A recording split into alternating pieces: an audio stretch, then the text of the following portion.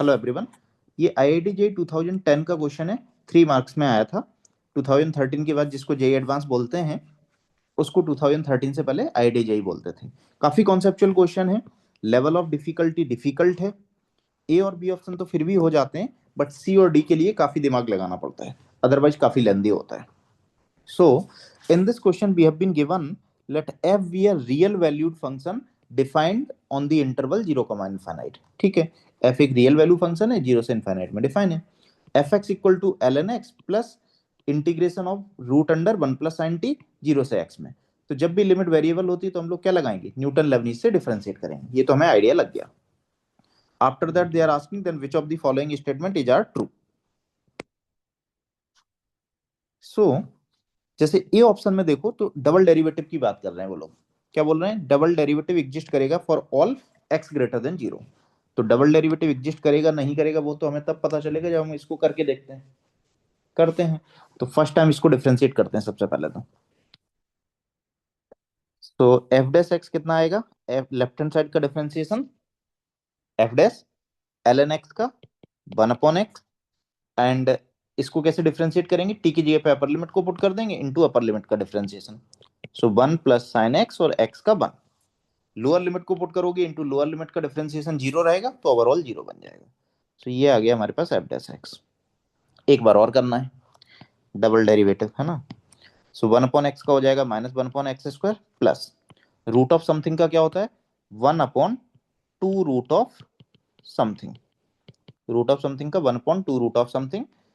And ये something जो था ना 1 + sin x, इसका फिर से करेंगे। सो 1 का 0 और sin x का cos x वो मल्टीप्लाई होगा तो न्यूमरेटर में आ जाएगा हमारे पास cos x। ये हमारा डबल डेरिवेटिव आ चुका है। नाउ ये ऑप्शन में वो लोग पूछ रहे हैं कि डबल डेरिवेटिव एग्जिस्ट करेगा for all 0 all x greater than 0, ऐसा वो बोल रहे हैं। तो हम लोगों को चेक करना है कि ये बात सही है या गलत है। तो 1/x² को कोई प्रॉब्लम नहीं होगी, बिकॉज इसको जो प्रॉब्लम होती है वो 0 पर होती है। 1/0 नॉट डिफाइन होता है ना।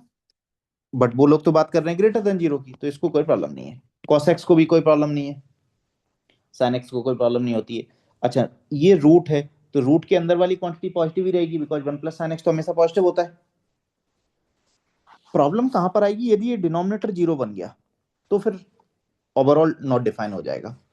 तो डिनोमिनेटर 0 बन सकता है क्या, हाँ। 1 + sin x जब 0 होगा तब प्रॉब्लम आएगी। तो 1 + sin x 0 कब होगा, 1 + sin x equal to 0। That would imply sin x कितना हो जाएगा -1। और sin x -1 कब होता है, जब x होगा 3π/2 7π/2 5π/2 नहीं, 3π/2 7π/2, लाइक 4n + 3 टाइप। 4n मतलब π/2 का एक ऐसा मल्टीपल जिसको 4 से डिवाइड करने पर 3 रिमाइंडर मिल रहा है। वैसे आप चेक कर सकते हो, n = 0 लोगे तो 3π/2, 1 लोगे तो 7π/2। इस टाइप की वैल्यूज पर sin x क्या देगा -1। जब sin x -1 देगा तो ओवरऑल ये कितना हो जाएगा 1 + sin x 0। तो डिनोमिनेटर में 0 होगा तो ये क्या हो जाएगा, not defined. So A option they were saying like this will be defined, f double dash x will be always exist. तो ये बात तो गलत हो गई, ए वाला रॉन्ग हो गया, क्योंकि एग्जिस्ट नहीं करेगा। यदि हम लोग x की वैल्यू 3π/2 या फिर 7π/2 लेते हैं तो डिनोमिनेटर 0 बनेगा तो ओवरऑल क्या हो जाएगा, डज नॉट एग्जिस्ट। तो ये वाला तो इनकरेक्ट हो गया, ये तो क्लियर है। तो इसमें तो ज्यादा कोई प्रॉब्लम नहीं होगी, तो आराम से हो जाता है। अब बी की बात करते हैं। बी वाले में क्या बोल रहे हैं, F dash X exist for all X greater than 0। तो एफ डैश एक्स हमारा ये था, 1/x को कोई प्रॉब्लम नहीं होगी है ना, ग्रेटर देन 0 के लिए। यदि x की वैल्यू 0 से बड़ी है या फिर 0 से छोटी है, 1/x को कोई प्रॉब्लम नहीं होती, सिर्फ 0 पर प्रॉब्लम होती है ना। बट वो लोग बोल रहे हैं ग्रेटर देन 0, तो इसको कोई प्रॉब्लम नहीं है। 1 + sin x हमेशा पॉजिटिव होगा तो रूट को भी कोई प्रॉब्लम नहीं होगी। सो ये वाला पार्ट तो ट्रू है, F dash X exist for all X greater than 0 to infinite, इसमें कोई प्रॉब्लम नहीं है। देन सेकंड पार्ट में क्या बोल रहे हैं, एफ डैश एक्स कंटिन्यूअस है ऑन द इंटरवल 0, इनफाइनाइट। अब एफ डैश एक्स कंटिन्यूअस है या नहीं है ये हमें चेक करना पड़ेगा। तो इसको चेक करने के लिए आप ऐसे सोचो, ये है 1/x। 1/x ऑलवेज कंटिन्यूअस होता है, दिस इज ऑलवेज कंटिन्यूअस, मतलब ग्रेटर देन 0 के लिए। वैसे 0 पर डिसकंटिन्यूअस होता है, but other than 0 it is always continuous. Root of 1 + sin x भी हमेशा कंटिन्यूअस होगा। This is also continuous. तो दो कंटिन्यूअस फंक्शन को हम ऐड करेंगे तो रिजल्टेंट हमें क्या मिलेगा, कंटिन्यूअस ही मिलेगा। सो ये वाला स्टेटमेंट भी ट्रू हो गया। पहला एफ डैश एक्स एग्जिस्ट कर रहा है, एफ डैश एक्स कंटिन्यूअस भी है। Then they are saying but not differentiable on the interval 0, infinite. Not differentiable है ना, तो ऑब्वियस सी बात है, जब हम इसको डिफरेंशिएट कर रहे हैं तो ये वाली क्वांटिटी जीरो बन रही है कब, जब एक्स की वैल्यू 3 पाई/2 5 पाई/2 इस टाइप की ले रहे हैं। तो डबल डेरिवेटिव क्या हो रहा है, डज नॉट एग्जिस्ट हो रहा है। यदि double derivative does not exist है, इसका मतलब एफ डैश डिफरेंशिएबल नहीं है। तो बी वाला हमारा करेक्ट हो जाएगा। सो बी में तो कोई प्रॉब्लम नहीं है। नाउ ए और बी हो गए। अब हम लोग बात करते हैं सी की। देखो सी में क्या बोल रहे हैं, there exist one alpha greater than one. पहले तो समझने की कोशिश करते हैं वो लोग बात क्या कर रहे हैं इसमें। There exist one alpha which is greater than one. एक ऐसा अल्फा एग्जिस्ट करेगा जो वन से बड़ा होगा, जिसके लिए such that F dash x का मैग्नीट्यूड एफ एक्स के मैग्नीट्यूड से छोटा होगा for all X greater then alpha to infinite. मतलब सपोज करो, जैसे मैं अल्फा की वैल्यू 10,000 ले लेता हूं। यदि अल्फा की वैल्यू 10,000 आ गई, मतलब एक ऐसा अल्फा डेफिनेटली एग्जिस्ट करेगा, जैसे मैंने अल्फा को 10,000 लिया, तो 10,000 से इनफाइनाइट में एफ डैश का मैग्नीट्यूड एफ एक्स के मैग्नीट्यूड से हमेशा छोटा होगा। एक ऐसी वैल्यू तो आपके पास एग्जिस्ट करेगी, वो ऐसा बोल रहे हैं। तो इसको हमें चेक करना है। वो क्या बोल रहे हैं, एक ऐसा अल्फा एग्जिस्ट करेगा जिसके बाद, उस वैल्यू के बाद, है ना, जैसे अल्फा की वैल्यू 10,000 है, तो 10,000 से इनफाइनाइट में एफ डैश का मैग्नीट्यूड एफ एक्स के मैग्नीट्यूड से हमेशा छोटा होगा।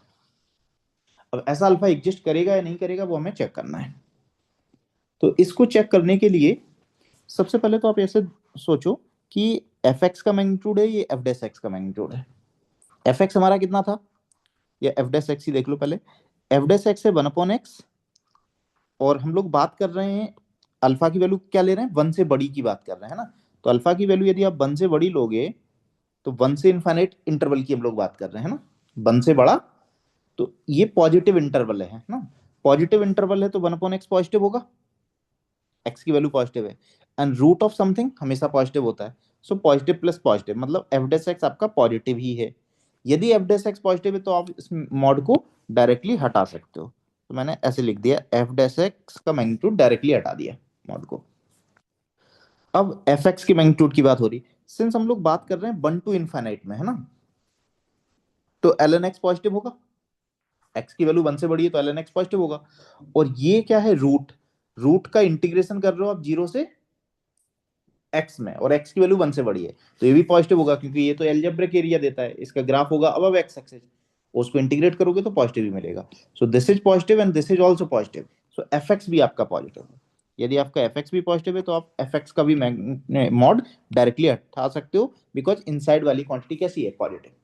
मैं एक बार फिर से बता दे रहा हूँ, सबसे पहले हम लोग मॉड हटाने का ट्राई कर रहे हैं। मॉड कब हटा सकते हैं, जब हमें इंश्योर करना पड़ेगा कि अंदर वाली क्वांटिटी पॉजिटिव है या निगेटिव है। तो एफ डैश एक्स हमारा 1/x plus root under 1 plus sine x था। Root under 1 plus sine x हमेशा पॉजिटिव होगा, 1/x भी पॉजिटिव होगा, बिकॉज अल्फा ग्रेटर देन 1 की बात कर रहे हैं हम लोग। अल्फा ग्रेटर देन 1 मतलब एक्स की वैल्यू 1 से बड़ी, तो 1/x भी पॉजिटिव होगा। तो एफ डैश एक्स पॉजिटिव था, इसलिए मैंने एफ का इसका मॉड डायरेक्टली हटा दिया, एफ डैश बन गया। एंड अब हम लोग एफ एक्स का मॉड हटाने का ट्राई कर रहे हैं।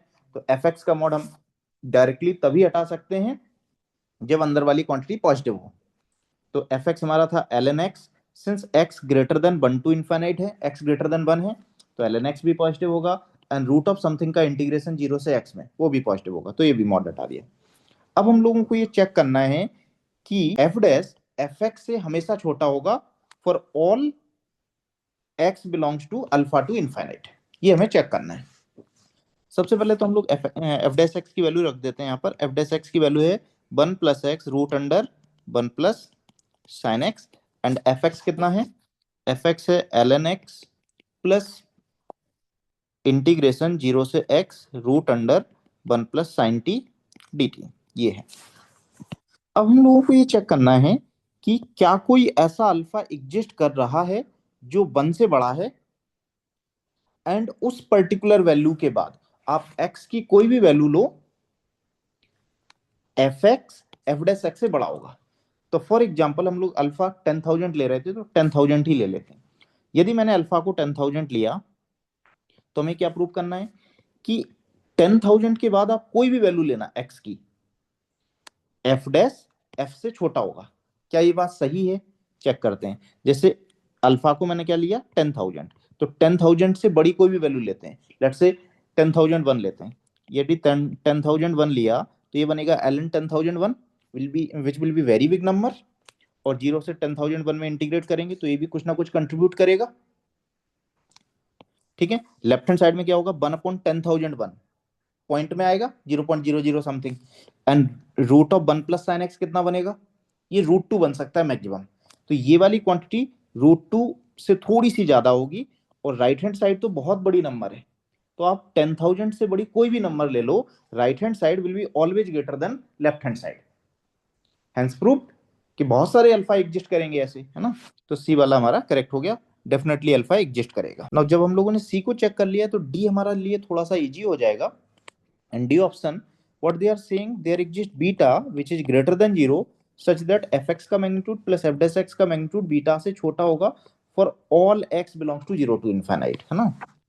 fx का magnitude plus f dash x का magnitude will be smaller than beta for all x belongs to 0 to infinite, है ना, for all x के लिए। तो देखो बीटा ग्रेटर देन 0 है, इसका मतलब बीटा की कुछ ना कुछ तो फाइनाइट वैल्यू होगी। लेट्स से बीटा की वैल्यू 50,000 है, कोई ना कोई तो वैल्यू होगी ना। यदि आप बीटा की वैल्यू 50,000 ले रहे हो, वैसे बीटा फाइनाइट होगा, तो बीटा की कुछ ना कुछ वैल्यू होगी। लेट्स से आप 50,000 ले रहे हो, जब बीटा को आप 50,000 ले रहे हो तो आप एक्स को उस केस में 20,000 करोड़ ले लेना। एक्स को आप 20,000 करोड़ दोगे तो एफ एक्स का मैग्नीट्यूड क्या बनेगा, L N of 20,000 crore which will be very big number, तो ये अकेला इन्फिनिट को चला जाएगा। तो वो लोग बोल रहे थे कि फॉर ऑल एक्स के लिए ऐसा होगा, तो ऑल एक्स के लिए तो पॉसिबल ही नहीं है, क्योंकि आप बीटा की कुछ ना कुछ वैल्यू लोगे तो आप एक्स को बहुत बड़ी वैल्यू ले लेना उससे, तो एफ एक्स बहुत बड़ी नंबर हो जाएगी as compare to beta, and they are saying it should be true for all X, तो ऐसा पॉसिबल नहीं है ना। सो लेफ्ट हैंड साइड आप ऐसे लिख सकते हो कि this will B infinite and right hand side is finite, and ये कुछ ना कुछ तो वैल्यू लेगा फाइनाइट। तो लेफ्ट हैंड साइड इनफाइनाइट होगी मतलब काफी बड़ी नंबर, और राइट हैंड साइड क्या होगी फाइनाइट, तो ये इनफाइनाइट फाइनाइट से कभी छोटा तो हो नहीं सकता, सो डी विल बी रॉन्ग। मैं एक बार इसको फिर से बता दे रहा हूँ। वो लोग ऐसा बोल रहे हैं कि एफ एक्स का मैग्नीट्यूड प्लस एफ डेस एक्स का मैग्नीट्यूड बीटा से छोटा होना चाहिए। ये बात सही है गलत है? फॉर ऑल एक्स के लिए, तो जैसे आप बीटा को 7 ले रहे हो, बीटा की कुछ ना कुछ वैल्यू है, ये 70 ले रहे हो, है ना, तो 70 से एफ एक्स का मैग्नीट्यूड प्लस एफ डेस एक्स का मैग्नीट्यूड छोटा होना चाहिए फॉर एवरी वैल्यू के लिए। तो आप एक्स की एक बहुत बड़ी वैल्यू ले लो, तो एफ एक्स का मैग्नीट्यूड प्लस एफ डेस एक्स का मैग्नीट्यूड तो इनफाइनाइट चला जाएगा। क्यों? क्योंकि एफ एक्स अकेला इनफाइनाइट चला जाएगा। अब कोई बोलेगा सर आप बीटा को 70 क्यों ले रहे हो, मैं बोलूंगा आप ले लो, किसको लेना चाहते हो, आप 70,000 लेना चाहते हो 70,000 ले लो, तो उस केस में मैं एक्स को 70,000 करोड़ ले लूंगा, तो एफ एक्स क्या हो जाएगा बहुत बड़ी नंबर, क्योंकि L N of 70,000 crore very big number. तो लेफ्ट हैंड साइड वाली क्वांटिटी राइट हैंड साइड वाली क्वांटिटी से कभी छोटी नहीं होगी, फॉर ऑल एक्स के लिए छोटी नहीं होगी, कुछ वैल्यूज के लिए छोटी हो सकती है। So this will be wrong. So B और सी आपके करेक्ट हो जाएंगे। So this was quite difficult question. A और बी तो आप लोग चेक कर लेते हो, बट सी और डी के लिए आपको दिमाग लगाना पड़ेगा।